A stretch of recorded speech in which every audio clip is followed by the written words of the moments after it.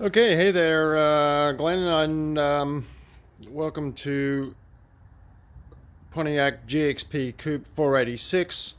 In the garage right now. I thought I'd just do a walk around with it and explain what's going on here. It's a lot easier than just answering questions and sending photographs. So anyway, she's a little dirty right now, even though she may look clean.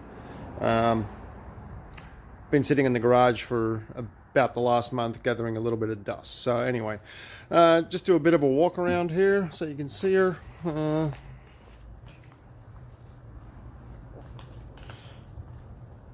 GXP license plates are available as well if you want them.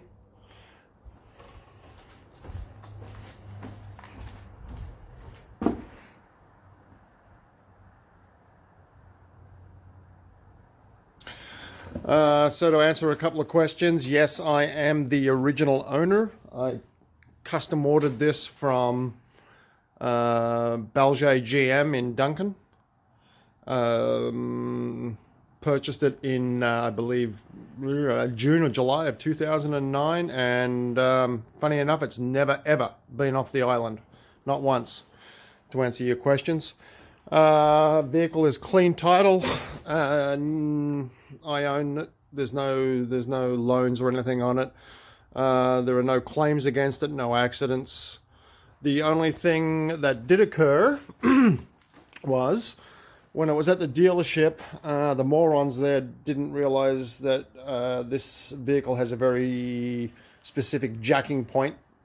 And they crushed the lower quarter panel, front quarter here, down here, where it jacks. So they replaced that quarter and painted it. But other than that, the body is near perfect. There is one little foobar over here that you really have to look for to see it. Here it is. Right here. That was my fault. I dropped a socket and it landed right on the edge here. Never did get around to fixing it because unless you're looking for it, you'll never see it. Side windows are tinted and the rears, as you can see. And it looks menacing with the tinted windows like that. The wheels are three-piece, made by Auto Art. You can see here the centers have been painted the same as the body color. We have brand new Invo Nito tires on board, 245s up front, 275s in the rear. And once again, as you can see, we're a little dirty here. But yeah, she cleans up nice. Calipers have been painted red. Not too sure if you're a fan of that or not, but I thought it made it look a little nicer. And it's walking around. But other than that, the body is perfect. As far as existing modifications, it does have a exhaust system on it, catback exhaust. It's not overly loud, it just gives it a nice little rumble to it, and I'll start it up for you here shortly so you can hear it. What else? The stereo system has been replaced with a, hopefully you can see that there. Yep, there she goes.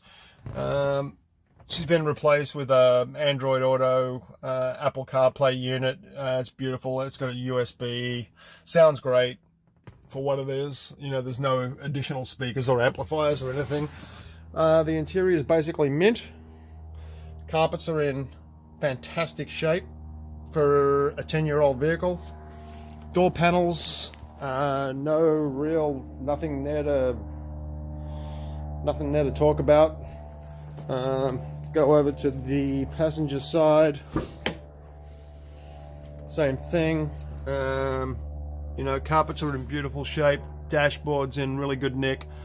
You know, I mean, the car's 10 years old. It's got a couple of little scratches here and there. Not scratches, but, you know, just usage wear is probably a good way of putting it. And the seats here, the door panel, and I'll pop the back. You go into the glove box here, hit a little button. Now it's quite cold here and I haven't opened up this tailgate here for a while, so the hydraulic rams. And there she is from the back. Decent amount of storage back here, I guess. I don't know. For a coupe, who knows?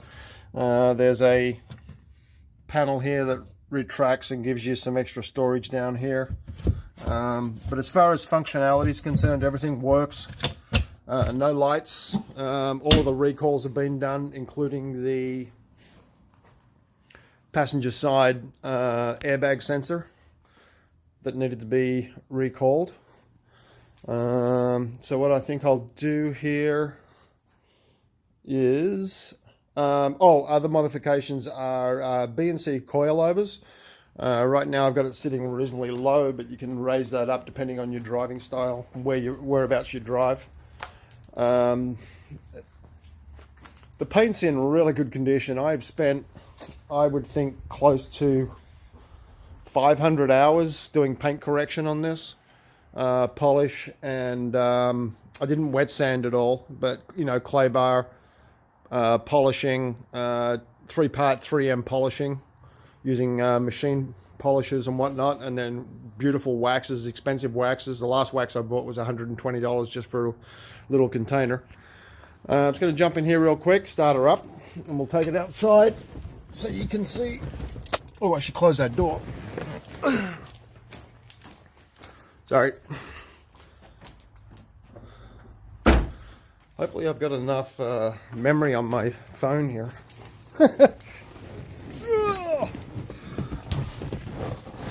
Alright, so in there, door ajar, yeah, door ajar, whatever. And I just wanted to show you the mileage, just so there's no...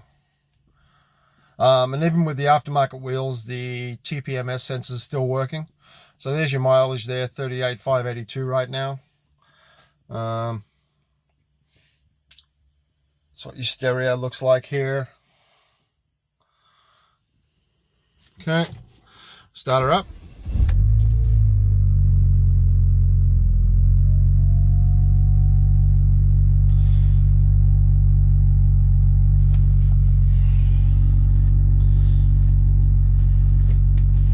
Transmission looks great. We did put a new clutch in it and new water pump about, I don't know, 5,000-6,000 kilometers ago. So you won't have to do anything there. As you, I don't know if you know or not, but the water pumps on these things can be a problem. And the clutch we did just for the hay of it. Let me open this up real quick.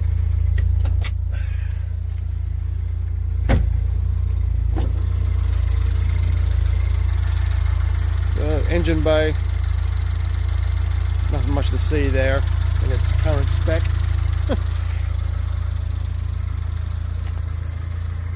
But there she looks. You know, for the money, like I say, the dealership's going to give me 22 grand for it. If I can get 22.5 for it, hey, I'm ahead. Plus that gives me a little more negotiating power when I go to, you know, get the final price on the ZL1.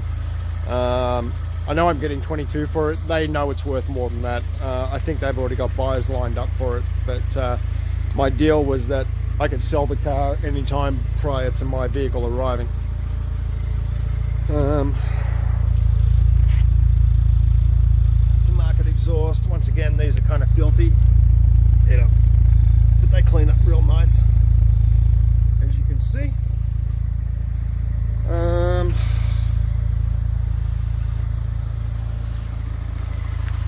Yeah, she purrs and she gets up and goes pretty good. She's got some decent horsepower in this. I do a lot of tuning, and right now this vehicle's probably, I've got just a totally mild tune in it. It's maybe making 20 or 30 horsepower over factory.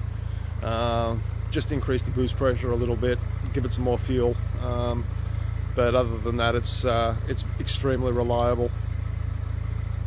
So I just wanted to show you a couple of other things while I've got you here.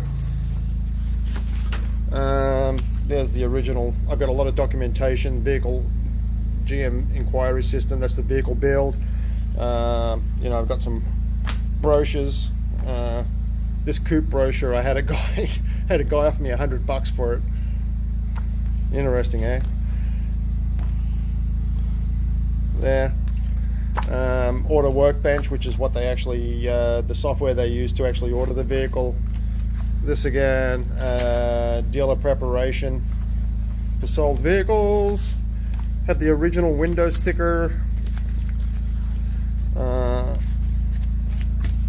Here.